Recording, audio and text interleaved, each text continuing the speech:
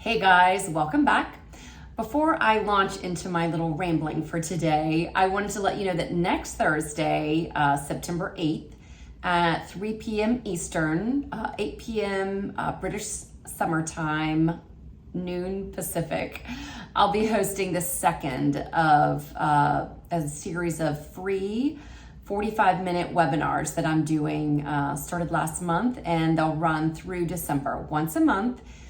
Different topic each month, totally free. And if you'd like to join us next Thursday the 8th, shoot me an email if you have my email and let me know. And if not, then there will be some notes just below this video with a link where you can let me know that you'd like to join. Okay, so enough of that. I hope you'll join us. Okay, so for today's rambling, I'm kind of picking up where I left off last week in this theme of trying to put words around something new that I'm seeing. And a lot seems to be opening up and unraveling lately. A lot of those layers of the onion, so to speak, peeling away, which is funny that that's such a common phrase in this understanding because I cannot stand onions. And yet, yes, I feel like several of those layers of the onion are peeling away and I'm seeing so many new things open up. So today I want to just share with you a little something that, again, I'm seeing fresh. So it's a little, I'm kind of stumbling around my words with a little, but it's something that I posted in the forum and Little School of Big Change. And I think I did a decent job of articulating what I'm seeing. And so I thought I would just share with you that little piece from Little School of Big Change. So here it is. And bear with me. Again, it's still fresh, it's still settling, and yet it's just had such a profound impact on my last week or so, just in life. It's been pretty remarkable. So here we go. Last week, an old story decided to make itself seen and heard again, quite loudly, and with all the accompanying feelings of constrictness, tightness, and fear. It's a bizarre and uncommon story, an old one from 2018 and early 2019, when I had chronic hives and lip swelling.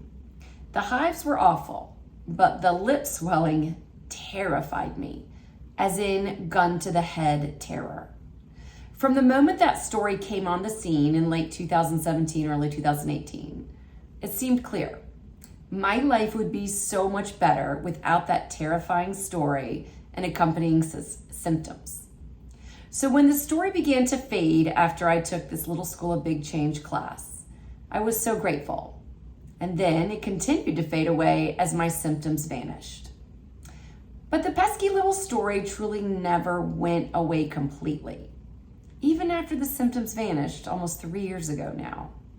For the longest time, this frustrated me. Why? Why would that story keep coming up after I'd already seen through it and after the symptoms had gone away? But then yesterday I saw something new. And again, I'm reading from something I posted, so it's actually before yesterday that I saw this. The story, along with the wicked tension, that ball on the throat constriction, and the feeling of terror, is actually like a magician's sleight of hand. Smoke and mirrors. It's the flashy, sparkly thing that the magician holds in one hand so that you don't see the real action happening in the other hand. So I got kind of still when the fear of lip swelling reared its ugly head before an event. I had a strong sense that it was absolutely the sleight of hand magic trick that keeps me from looking in a different direction. And this is what came up. For me, the fixation on the fear of lip swelling was keeping me from seeing a deeper belief. There in the magician's other hand was the lifelong belief, I am not lovable unless I am perfect. I cannot risk humiliation because then I won't be loved and valued. I'll be left alone. I'll be left behind, alone and unloved. As I sat with this, it occurred to me that even though the belief isn't true, it feels real. It also feels like something I've witnessed in my own family line, through my grandparents and even great-grandparents. It's kind of funny to think that the "I'm terrified of lip swelling" was never actually the thing. It was the flashes of sparkly light that kept me focused on something else until life knew I was ready to see what else there was.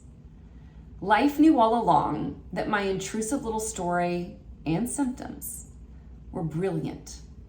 They kept me focused on the trick mirrors and smoky shadows until I was ready to see a layer of conditioned beliefs hiding in plain sight. It felt amazing and disorienting to be with the feelings of tension and constriction and fear.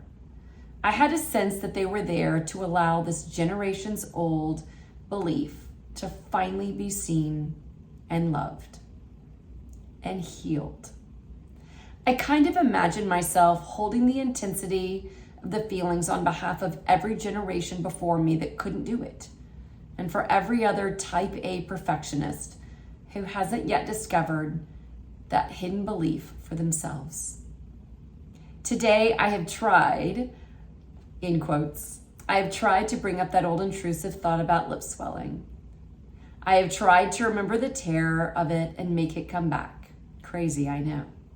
And of course, it's not coming back. It just doesn't make any sense anymore. It was always the smoke and mirrors.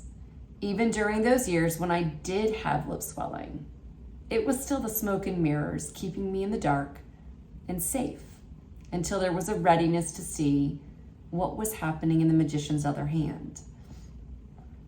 What if the thing that you hate most, the symptom, the fear, the addiction, the betrayal, the loss, what if it's just that sleight of hand, that smoke and mirrors, the flashes of attention-grabbing sparkle? What if your thing is actually holding your attention until you're ready to see the conditioned beliefs that are waiting in plain sight to be seen, held, and healed? This, again, is just how things are unfolding at the moment. There's so much unfolding, what seems to be a pretty rapid clip right now. All those layers of the onion sort of falling away, and just an immense feeling of lightness taking over. I hope this was a little bit helpful, and I look forward to seeing you next week after Labor Day. I hope everyone has a safe holiday weekend, well, for those of you here in the US, and I hope to hear from you if you'd like to join next week's free webinar on Zoom on September 8th. Thanks, everybody. Bye-bye.